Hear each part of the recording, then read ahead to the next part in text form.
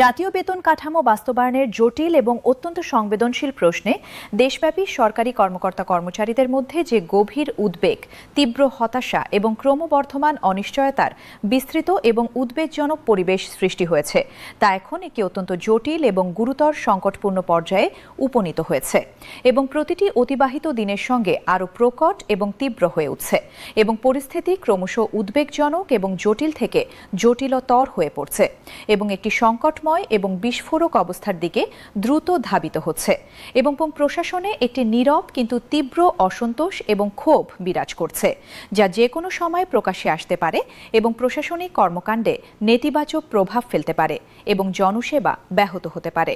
নবম জাতীয় pay scale বাস্তবায়নের জন্য যে দীর্ঘ, কষ্টকর এবং যন্ত্রণাদায়ক অনিশ্চিত প্রতীক্ষায় রয়েছেন দেশের লক্ষাধিক সরকারি চাকরিজীবী এবং তাদের পরিবারের অসংখ্য সদস্যরা, তাদের সেই স্বপ্ন এবং সম্পূর্ণ ন্যায্য প্রত্যাশা এবং বৈধ দাবি এখন ক্রমবর্ধমান প্রশাসনিক জটিলতা এবং রাজনৈতিক অনিশ্চয়তার ঘন কুয়াশায় সম্পূর্ণরূপে আচ্ছন্ন এবং অস্পষ্ট হয়ে পড়েছে এবং প্রায় সম্পূর্ণভাবে বিলুপ্তির পথে এগিয়ে যাচ্ছে বলে মনে হচ্ছে এবং তাদের মনোবল এবং আশা ভেঙে পড়ার উপক্রম হয়েছে এবং হতাশা চরম পর্যায়ে পৌঁছেছে এবং অনেকেই হতোদ্যম হয়ে পড়েছেন এবং নিজেদের ভবিষ্যৎ নিয়ে গভীরভাবে উদ্বিগ্ন হয়ে পড়েছেন এবং অনেকেই মনে করছেন তাদের দীর্ঘদিনের ত্যাগ এবং পরিশ্রমের যথাযথ মূল্যায়ন হচ্ছে না এবং তারা উপেক্ষিত হচ্ছেন এবং তাদের প্রতি সরকারের কোনো দায়িত্ববোধ নেই এবং তাদের অবদান স্বীকৃত হচ্ছে না এবং তারা শুধুমাত্র রাজনৈতিক দাবার ঘুঁটে হিসেবে ব্যবহৃত হচ্ছেন।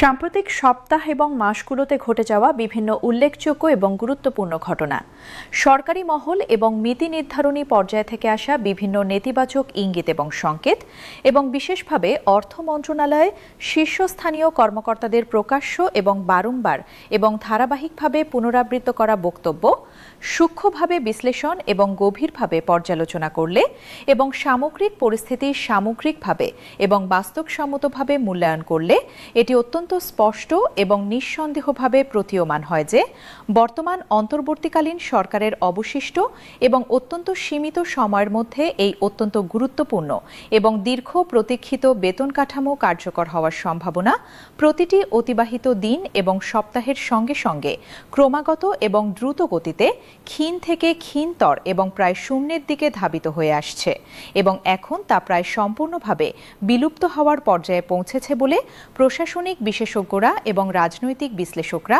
এবং অর্থনীতিবিদরা মনে করছেন এবং এই বাস্তবতা স্বীকার করছেন এবং কর্মচারীরাও এই তিক্ত বাস্তবতা মেনে নিতে বাধ্য হচ্ছেন এবং তাদের মধ্যে ক্ষোভ ও হতাশা তীব্র হচ্ছে এবং অনেকে মনে করছেন তাদের প্রতি অবিচার করা হচ্ছে এবং প্রশাসনে কর্মস্পৃহা কমে যাচ্ছে এবং সেবার মান ক্ষতিগ্রস্ত হচ্ছে এবং দুর্নীতি বৃদ্ধি পাচ্ছে এবং জবাবদিহিতা কমছে।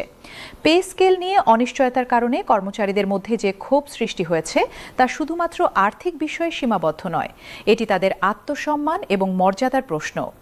অনেক কর্মচারী মনে করছেন সরকার তাদের সেবা এবং অবদানের যথাযথ মূল্যায়ন করছে না। বর্তমান মূল্যস্ফীতির যুগে তাদের বেতন দিয়ে পরিবার চালানো অত্যন্ত কঠিন হয়ে পড়েছে।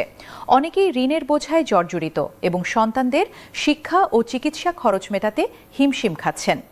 কর্মচারী সংগঠনগুলো আগামী 2 জানুয়ারি প্রতীকী অনশন কর্মসূচির পাশাপাশি দীর্ঘমেয়াদী আন্দোলনের রূপরেখা তৈরি করছে। তারা জানিয়েছেন প্রতি সপ্তাহে বিভিন্ন কর্মসূচি পালন করা হবে, যার মধ্যে রয়েছে মানববন্ধন, প্রতিবাদ সমাবেশ, কালো ব্যাজ ধারণ এবং স্মারকলিপি প্রদান। তারা বলেছেন আন্দোলন শান্তিপূর্ণ হবে কিন্তু অব্যাহত থাকবে যতক্ষণ না তাদের দাবি পূরণ হয়। তবে কর্মচারীরা অত্যন্ত সতর্কতার সঙ্গে এবং আইনের সীমার মধ্যে থেকেই আন্দোলন পরিচালনা করছেন। কিছুদিন আগে সচিবালয়ে অর্থ উপদেষ্টাকে ঘিরে ফেলার অভিযোগে কয়েকজন কর্মচারী নেতাকে সন্ত্রাস বিরোধী আইনে গ্রেফতার, রিমান্ড এবং চাকরি থেকে বরখাস্ত করা হয়েছিল। এই ঘটনা কর্মচারীদের মধ্যে ভয় এবং আতঙ্ক সৃষ্টি করেছে। তারা জানেন যে সরকারি কর্মচারী হিসেবে তাদের আন্দোলনের ক্ষেত্রে সীমাবদ্ধতা রয়েছে এবং কঠোর শাস্তির সম্মুখীন হতে পারে। বেতন কমিশনের কার্যক্রম পর্যালোচনা করলে দেখা যায় গত জুলাই মাসে কমিশন গঠিত হওয়ার পর 6 মাসের মধ্যে প্রতিবেদন জমা দেওয়ার কথা ছিল, কিন্তু সেই সময়সীমা অতিক্রান্ত হয়েছে এবং এখনও প্রতিবেদন জমা পড়েনি। কমিশনের অভ্যন্তরীণ সূত্র জানিয়েছে বর্তমানে বিদ্যমান 22টি গ্রেড থেকে 13টি গ্রেডে নামিয়ে আনার মতো বড় কাঠামোগত পরিবর্তনের পরিকল্পনা নিয়ে কাজ চলছে। এই ধরনের বড় সিদ্ধান্ত নিতে আরও বেশ কয়েকটি গুরুত্বপূর্ণ সভা অনুষ্ঠিত হওয়া প্রয়োজন, যা সময় সাপেক্ষ। সর্বশেষ তথ্য অনুযায়ী কমিশনের প্রতিবেদন জানুয়ারির দ্বিতীয় সপ্তাহে জমা পড়ার সম্ভাবনা রয়েছে, কিন্তু ততদিনে নির্বাচনী প্রচারণা শুরু হওয়ার মাত্র কয়েকদিন বাকি থাকবে। নির্বাচন কমিশন ইতিমধ্যে 22 জানুয়ারি থেকে নির্বাচনী প্রচারণা শুরুর তারিখ চূড়ান্ত করেছে। এই সংক্ষিপ্ত সময়ে বিশাল একটি প্রতিবেদন পর্যালোচনা, সংশ্লিষ্ট মন্ত্রণালয়ের মতামত নেওয়া, উপদেষ্টা পরিষদে উপস্থাপন, অনুমোদন এবং গেজেট প্রকাশ করা কার্যত অসম্ভব বলেই মনে করছেন বিশেষজ্ঞরা। প্রশাসনিক বিশেষজ্ঞরা বলছেন, একটি নতুন বেতন কাঠামো বাস্তবায়ন শুধুমাত্র গেজেট প্রকাশ করার বিষয় নয়। এর সঙ্গে জড়িত রয়েছে বাজেট বরাদ্দ, আর্থিক প্রভাব মূল্যায়ন, বাস্তবায়ন পরিকল্পনা প্রণয়ন এবং বিভিন্ন প্রশাসনিক প্রস্তুতি। এই সব কিছু সম্পন্ন করতে যথেষ্ট সময় প্রয়োজন। তারা বলছেন, যদি প্রতিবেদন ডিসেম্বরের প্রথম সপ্তাহে জমা পড়ত তাহলে সরকারের হাতে পর্যাপ্ত সময় থাকত, কিন্তু এখন সেই সুযোগ হারিয়ে গেছে। অর্থ উপদেষ্টা ডক্টর সালাহউদ্দিন আহমেদ তার বক্তব্যে বারবার জোর দিয়ে বলেছেন, নতুন বেতন কাঠামোর মতো দীর্ঘমেয়াদী এবং ব্যাপক আর্থিক প্রভাব বিস্তারকারী সিদ্ধান্ত অন্তর্বর্তীকালীন সরকারের নেওয়া উচিত নয়। তিনি যুক্তি দিয়েছেন যে এই ধরনের সিদ্ধান্ত নির্বাচিত সরকারের হাতেই থাকা উচিত, যারা জনগণের কাছে জবাবদিহি করতে বাধ্য।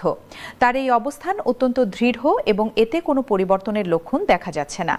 তিনি বলেছেন, জাতীয় অর্থনীতির স্থিতিশীলতা, বাজেট ঘাটতি, মুদ্রাস্ফীতি এবং আন্তর্জাতিক আর্থিক প্রতিষ্ঠানের সঙ্গে প্রতিশ্রুতি বিবেচনায় নিয়ে এই সিদ্ধান্ত নিতে হবে।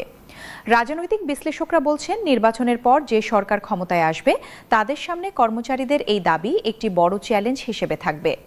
দীর্ঘদিন ধরে কর্মচারীরা নতুন বেতন স্কেল পাচ্ছেন না এবং মূল্যস্ফীতির কারণে তাদের ক্রয় ক্ষমতা ক্রমাগত হ্রাস পাচ্ছে। নতুন সরকারকে অগ্রাধিকার ভিত্তিতে এই বিষয়ে পদক্ষেপ নিতে হবে। তবে তারা বর্তমান কমিশনের সুপারিশ অনুসরণ করবে নাকি নতুন করে পর্যালোচনা করবে সেটি দেখার বিষয়। অর্থনীতিবিদরা বলছেন, সরকারি কর্মচারীদের বেতন বৃদ্ধি করা প্রয়োজন, কিন্তু তা হতে হবে রাষ্ট্রের আর্থিক সক্ষমতার মধ্যে। তারা সতর্ক করে বলছেন, অতিরিক্ত বেতন বৃদ্ধি বাজেট ঘাটতি বাড়াতে পারে এবং মুদ্রাস্ফীতির চাপ সৃষ্টি করতে পারে। তাই ভারসাম্যপূর্ণ একটি বেতন কাঠামো প্রয়োজন, যা কর্মচারীদের আর্থিক চাহিদা পূরণ করবে এবং একই সঙ্গে রাষ্ট্রীয় অর্থনীতির জন্য টেকসই হবে। সব মিলিয়ে পরিস্থিতি অত্যন্ত জটিল এবং উত্তেজনাপূর্ণ। একদিকে কর্মচারীদের ন্যায্য দাবি এবং ক্রমবর্ধমান হতাশা, অন্যদিকে সরকারের সাংবিধানিক সীমাবদ্ধতা এবং অর্থনৈতিক বাস্তবতা। নবম বেতন স্কেল বাস্তবায়ন এখন প্রায় নিশ্চিতভাবেই পরবর্তী নির্বাচিত সরকারের হাতে চলে যাচ্ছে এবং কর্মচারীদের অপেক্ষা আরও দীর্ঘায়িত হতে যাচ্ছে। আগামী দিনগুলোতে কর্মচারী আন্দোলন কোন দিকে যায় এবং সরকার কি পদক্ষেপ নেয় তা দেখার বিষয়।